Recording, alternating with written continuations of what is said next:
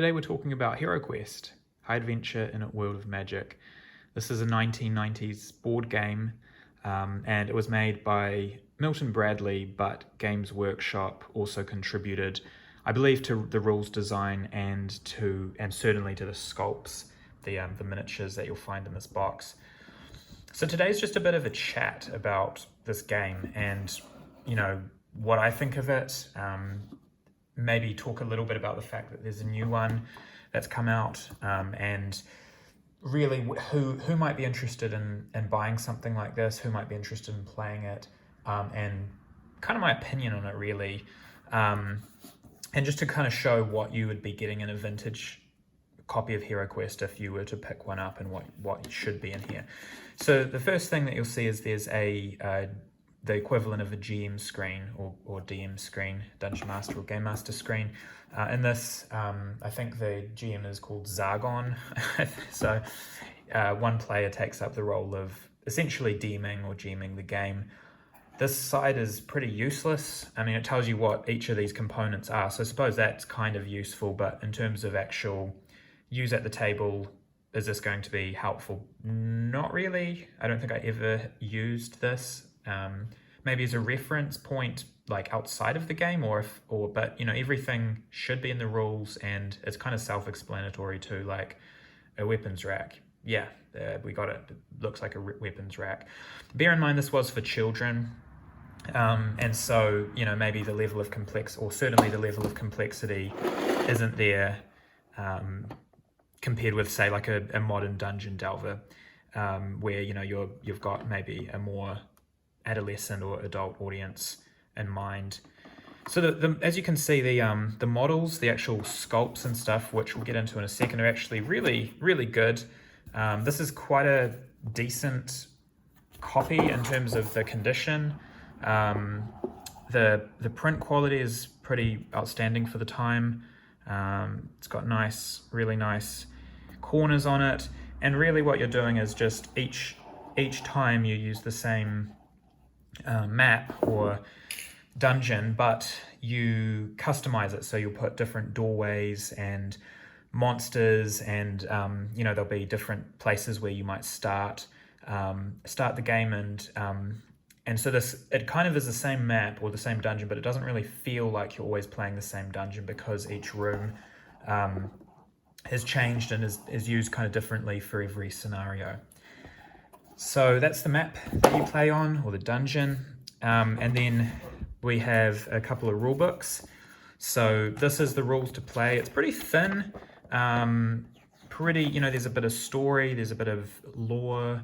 It tells you what contents should be in the box, and again, if you're looking at this as like a vintage collector, this is what you should have in a box of secondhand 90s HeroQuest. And it really just tells you in very simple terms, again aimed at children here, how to play and what you do in the game, how to move around the board, what legal moves are, how to interpret move rolls, what legal ways of attacking are, like how you can attack. You can't attack diagonally, but you can attack kind of right around, either in front or behind, or left or right.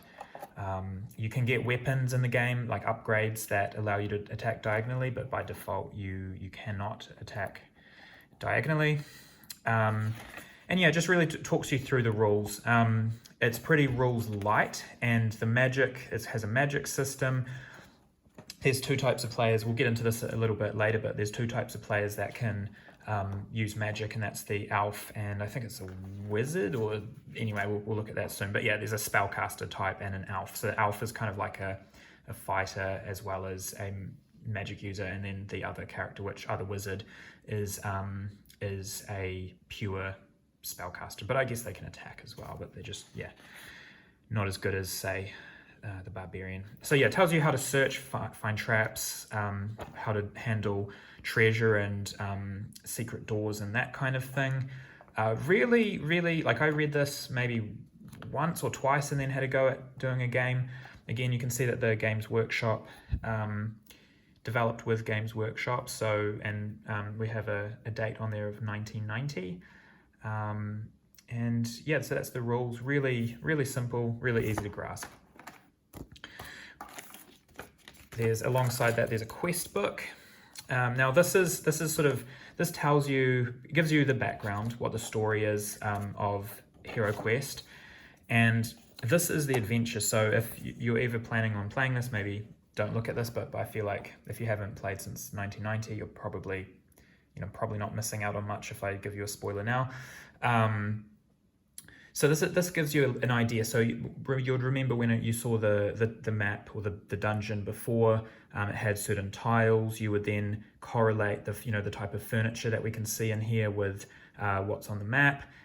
There's certain icons for monsters, and you learn how to read that. And so we might have in this particular room we have a Famir.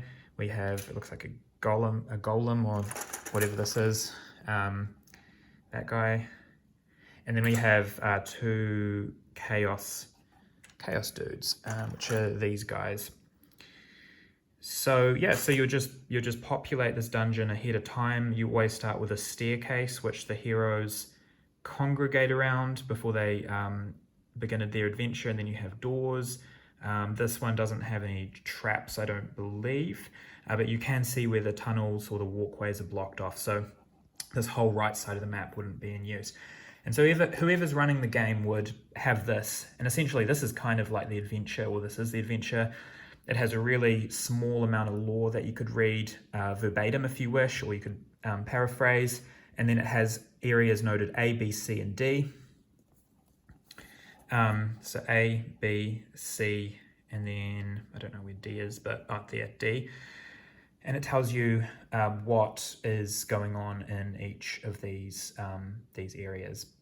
So again, pretty simple. This is the first adventure, and you've got a whole book that you can play through. So again, these you can make your own. They have increasing complexity as you go through the book. And I would say for a base game, it's got a reasonable amount of variety. Like, this would keep you busy for probably a while. If you were a kid with nothing to do, maybe not, and maybe that's when you would begin making your own adventures, which the game encourages you to do. We have some promotional materials, very 90s, and then has an ad for Space Crusade. So I talked about before how this was done in conjunction with Games Workshop. So, Games Workshop is encouraging the sale of their products, and I guess they must have done that with Milton Bradley too. So that's interesting. But it could have been a way for people to get into RPGs. It could have been a way for people to get into wargaming. And I think that's kind of what it was intended for in a way. It was like a children's, the answer to D&D. It's like a game that children could play and they could have fun with. So we've got here some character sheets, very basic, like name, character, mind, body, tasks completed, and then you have, I can't remember what that would be, maybe defense. So you've got, basically, these are kind of your attributes, what you'd think of in RPG terms as attributes. Body is kind of like hit points, I suppose, and then mind is to do with kind of the equivalent almost of like willpower, or it kind of like reminds me a bit of like psionics and D&D, like that kind of mental resilience. And then in terms of the actual characters, you have a dwarf, and it tells you, a bit about the dwarf, what the attacks are like. So you throw 2 combat dice, which we'll get to in a second, but they're down there. You have 2 defense dice, and then you can throw 2 standard dice. And then in terms of mind, it's got 3 mind points, 7 body points. So you'll see so immediately, if we compare that with the wizard, the wizard has a lot more mind points and but less body points, so a bit more, not as resilient to attacks. And in terms of attacks, only has 1 combat dice, does roll 2 combat dice for defense as well, and does roll 2 standard dice for movement. So not a lot of variety, and I'll get to the customization element of this game a bit later, but you know, if you were wanting to make classes, your own classes, I don't think it would be overly difficult. This is the elf. So the elf's a bit of an in-between of a sort of a fighter and a magic user. So you do magic and then compared with the barbarian, if we were comparing the wizard to the barbarian, you know, you've got 3 attacks, you've got 2 combat dice for defense. The movement's the same, but but body points, double the amount of body points. So this guy can take some hits. So really simple, and this sort of guides you as you're making your character. That's character creation done. And then in terms of, we'll move into the dice now because we're kind of just talking about this. So you have these nice wooden dice, and 2 of them are just your standard D6s, but they are wooden. And so you roll these 2 and add the total for the amount of squares that you can move. So you either roll terribly and can only move 2 squares, or you might roll really well and be able to roll move a maximum of 12. So pretty self-explanatory. There's not really a lot there. You just have a turn, you roll 2 dice, and that dictates how far or basically how far you can travel. Now these ones are a bit more complicated, but not really. The heroes have this as their attack and defense, and then the villains have the bad guys have this as their attack and defense. And you'll notice, and then this is sort of like you miss. So let's just say you have two let's see if this works, but 2 attack die. You would roll that, and if you were sort of a hero, you would be getting. Actually, I might be screwing this up. I think maybe that might be a hit, and that is actually a hero's defense. So anyway, you can see that I'd maybe get 1 hit on that. If you were a monster attacking, see, we haven't even rolled one of the monsters ones yet, but let's just say we got one of these. That's what the monsters kind of defend with. So it's really weighted for the heroes. Like the heroes have a much better chance of surviving and attacking than do the monsters. Apologies about the dice interpretation. It's been a while since I played, so I'd have to read up, but I'm not going to do that. I just want to talk about the game in an overall sense. So, you know, it's really weighted towards the heroes. It's kind of hard to kill the heroes as it's written, but yeah, you have a bunch of these really cool dice, and yeah, basically this is how you interpret either hits or defense rolls. So if you do get hit, you get to roll, and if you're a hero, that means that you know, that you'd get one of those hits that you might have gotten blocked. If you rolled 2, let's just say you got 2 hits and you're rolling 2 defense dice and you got that, you'd alleviate all the hits that were on you. And then, you know, if you missed that, those hits would go through. So yeah, quite a simple combat system. And yeah, there's not a lot more to say, much more to say about that really.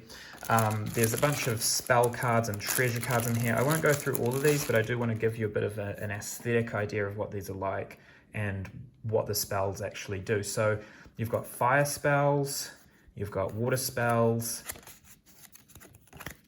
you've got earth spells, you've got air spells, and then these are the creature cards. So we'll get to those in a second. So these are really cool. Like I really like the artwork on that. To me, that's quite evocative.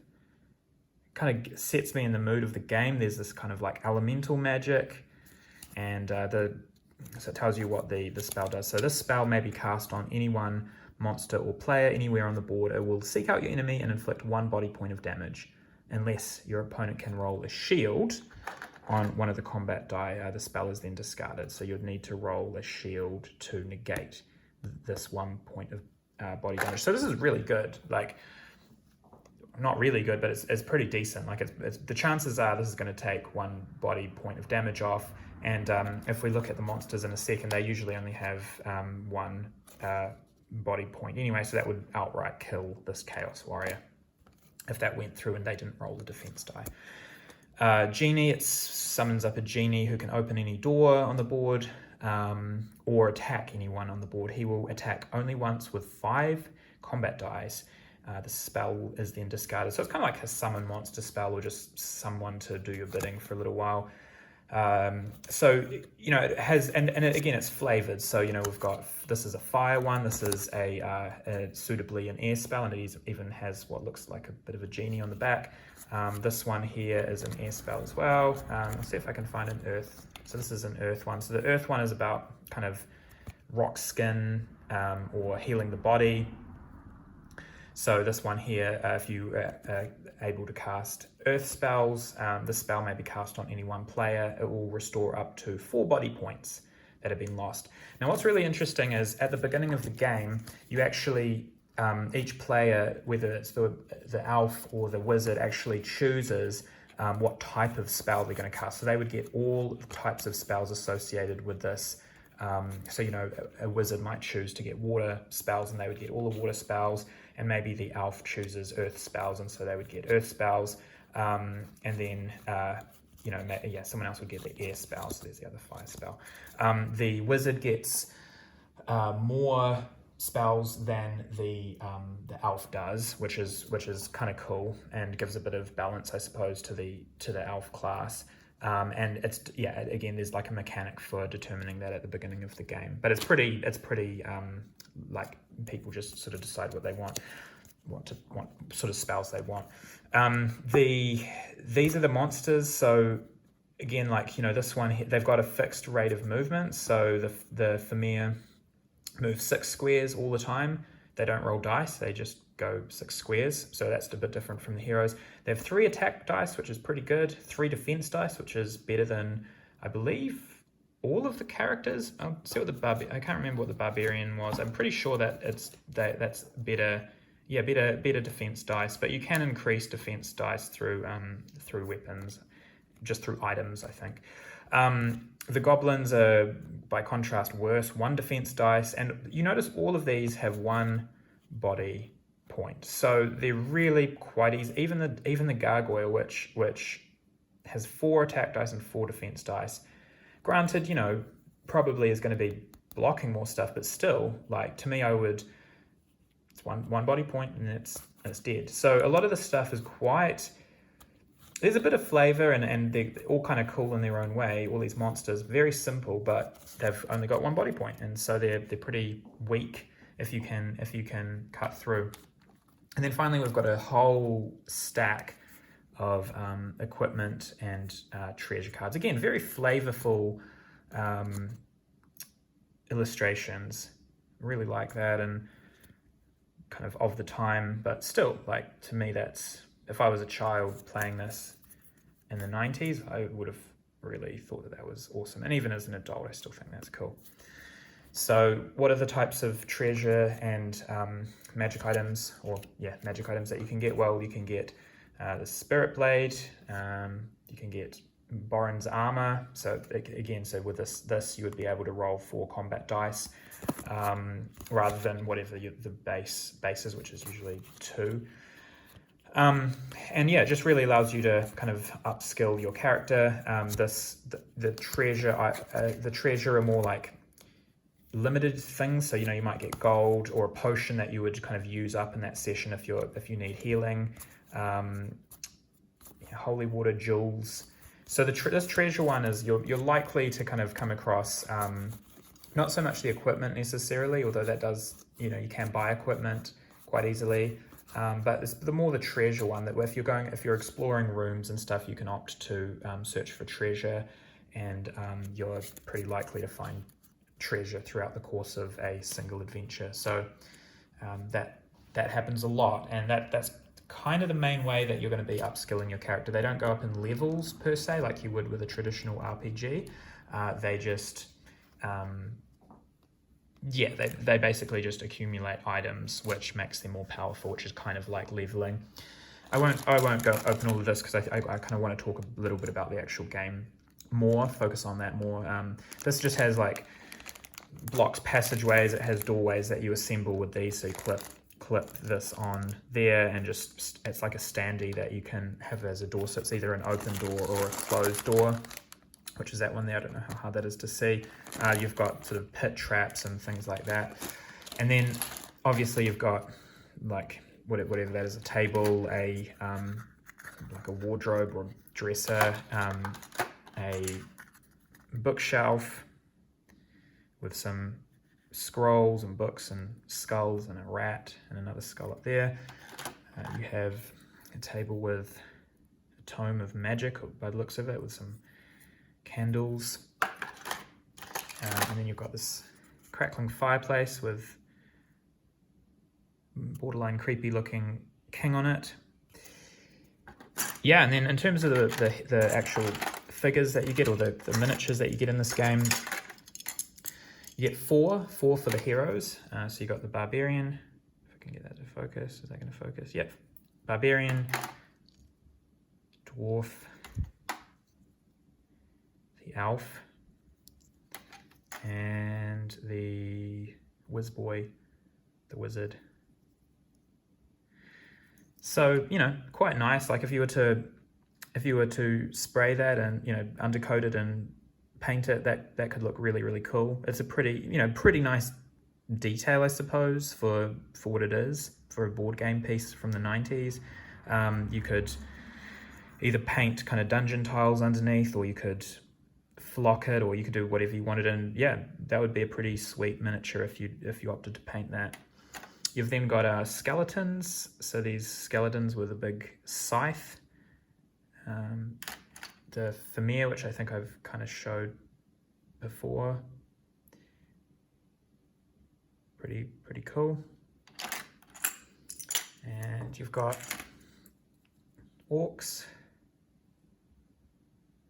It's not going to want to focus, is it? There we go. Orc boy and Mr. Gobbo. And the cool thing is with these orcs and the goblins, they do have different weapons. So, you know, like this guy has sort of a scimitar type thing, and he's got a meat cleaver. And I think there's one with a flail. Yeah, this guy has like a pretty sweet flail. And the goblins have a little bit of a variety as well. So, you know, that one has a battle axe and one has like a sword. So kind of gives a bit of variety, which is awesome. These Chaos Knights, I don't know if that's the actual name of them, but they're pretty much just Chaos Knights, and they are kind of a bit more meaty as an opponent. They've got pretty sweet, very Games Workshop-esque Chaos type armor. And then you've got some mummies.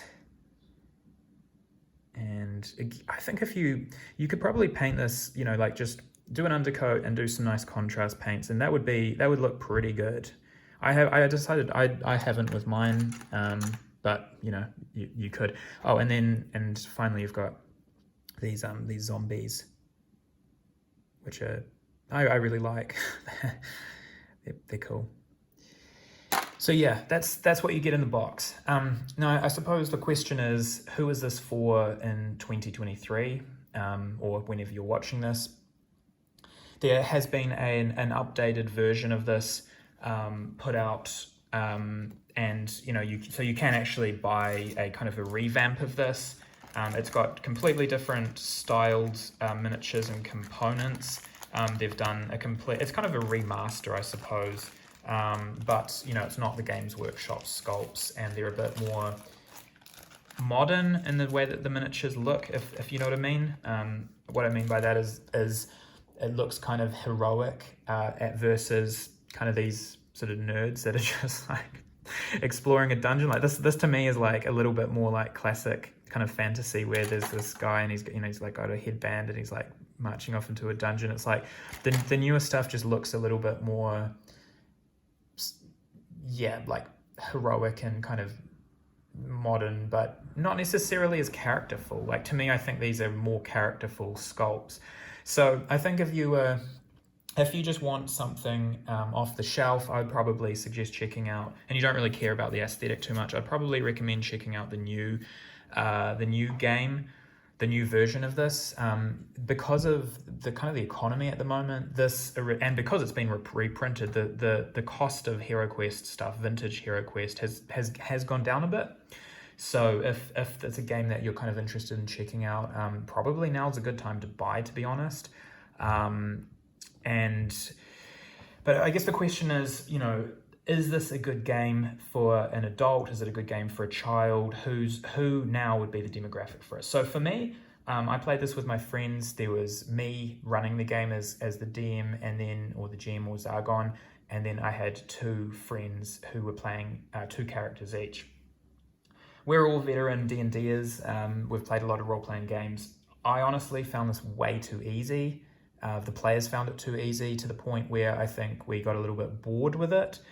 It just wasn't challenging enough. As you saw with the body points, the monsters, it was just a sort of a slaughter, really. It wasn't a challenge. I think we did have one character death, and I think that only occurred after I bumped the body points of the monsters up. So I kind of scaled it, like the goblin would have one, the orc would have, I think, maybe one or two, and then the skeletons would have one, the mummies might have two, and then, the chaos dudes might have three, and then, the gargoyle might have four. So, I kind of scaled that up to make it a little bit more challenging, and even added monsters, like, almost created a bit of a horde at times, and just other scenarios to kind of trap the players. And even still, I just found it wasn't enough of a challenge for my players.